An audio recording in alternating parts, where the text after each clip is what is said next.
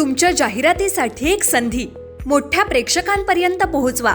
व्यवसाय असो किंवा इव्हेंट, विकासनामा सोबत जाहिरात करा. स्क्रीनवरील नंबरवर आजच संपर्क करा. विकासनामा, तुमचा आवाज, तुमची जाहिरात. तसंच विकासनामाला सबस्क्राईब करा आणि अपडेटेड रहा. जी आहे ती योग्य पद्धतीने तुमच्या पाठीमागे उभी राहील. मग 20 वर्ष एखाद्या महानगरपालिकेमध्ये करवाढ न होणं म्हणजे ही जादू आहे खरं तर, की एखाद्या महानगरपालिकेमध्ये करवाढ होत नाही म्हणजे काय होतं आणि ते कसं शक्य होतं आणि तरी महानगरपालिका पूर्णतः नफ्यात राहते. कसं शक्य होतंय? 2000 साली ज्याला निवडणुकात रणधुमाळी सुरू झाली त्याला मी शब्द दिला होता की 20 वर्ष घरपट्टी पाणीपट्टी वाढू देणार नाही. त्यावेळेला ती 20 वर्ष पूर्ण झाली, कर वाढले नाहीत. पुन्हा प्रशासकीय भागातील 5 वर्ष गेली आणि आता ह्या निवडणुकीच्या वेळेला मी सांगितलं आणखी 20 वर्ष घरपट्टी पाणीपट्टी वाढू देणार आणि बोललो म्हणजे बोललो. आता तुम्ही सांगितलं ते कसं शक्य आहे? नवी मुंबई हे शहर हे परमेश्वराने आशीर्वाद दिलेलं शहर. ज्या वेळेला माननीय पंतप्रधान नरेंद्रजी मोदी यांनी ज्याला एकूण डेटा सेंटरची ज्याला माहिती घेतली त्याला त्यांच्या लक्षात आलं की भारताचा डेटा हाँगकाँग, बँकॉक, सिंगापूर, चायनामध्ये. तर त्याला मोदी साहेबांनी ठरवलं की येत्या 5 वर्षामध्ये हा डेटा सेंटर संपूर्ण भारतात यायला पाहिजे.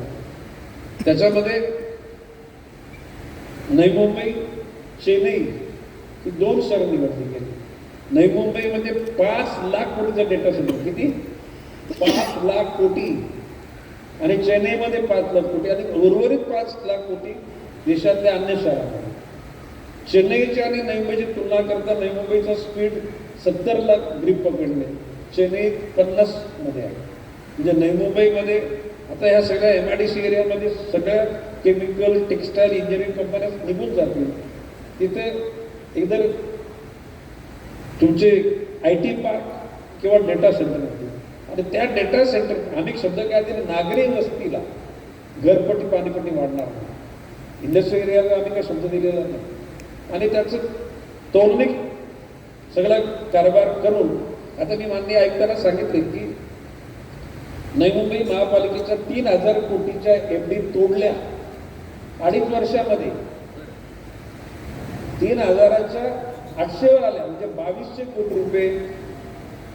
कोणाला कॉन्ट्रॅक्ट दिले, कसे दिले, काही पता. आता त्याची इन्क्वायरी होता महासभेमध्ये, त्याचा ठराव पास होईल, त्याच्या इन्क्वायरी लागतील.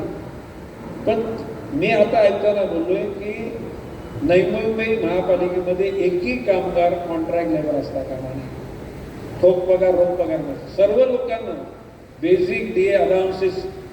शेवटी 12-15 वर्ष जर माणूस टेम्पररी राहिला त्याच्या मुलाबालाने आपल्या बापाविषयी काय आदर पावतायचा. म्हटलं तुम्ही हाय रेंजचे तुम्ही अधिकारी, तुमचा बेसिक बोनस, LTA सगळं इंटॅक्ट आहे.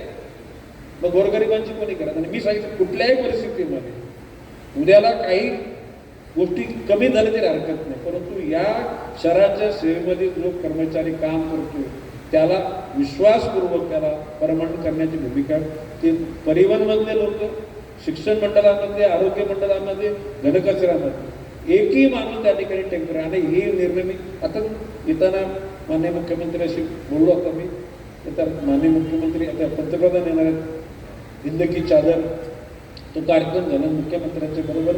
नवी मुंबईच्या जडणघडणीसाठी मी सगळी जी रेखीव आखीव योजना केलेली आहे ती मुख्यमंत्र्यांसमोर मांडणार आहे. शेवटी आम्हाला व्यक्तिशः काही नको, उलट त्या टाकायचं तर आम्ही टाकायची तयारी आमची. परंतु नवी मुंबईमधले कर्मचारी आता उद्या राहतात. आता बघा म्हणजे नवी मुंबई शहराचं मगाशी कौतुक केलं, पण ते कौतुक मी ॲग्री नाही. नवी मुंबईला सुद्धा बकालपणा यायला लागलेला आहे. फुटपाथवर दुनियावरचे फेरीवाले, हादगा. तुमच्या जाहिरातीसाठी एक संधी मोठ्या प्रेक्षकांपर्यंत पोहोचवा. व्यवसाय असो किंवा इव्हेंट, विकासनामा सोबत जाहिरात करा. स्क्रीनवरील नंबरवर आजच संपर्क करा. विकासनामा, तुमचा आवाज, तुमची जाहिरात. तसंच विकासनामाला सबस्क्राईब करा आणि अपडेटेड रहा.